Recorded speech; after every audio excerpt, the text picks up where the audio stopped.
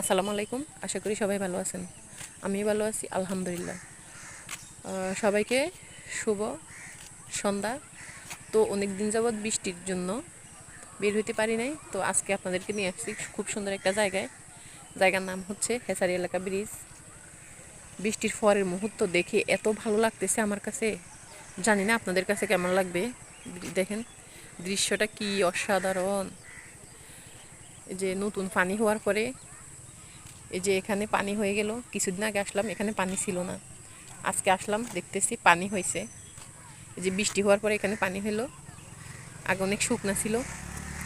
তো বিকালের মুহূর্তটা এত সুন্দর, তার মধ্যে টিপটিপ বৃষ্টি পড়তেছে, তো বুঝেনি কীরকম হতে পারে। আকাশে প্রচুর মেঘ, মনে হচ্ছে এখনই বৃষ্টি চলে আসবে।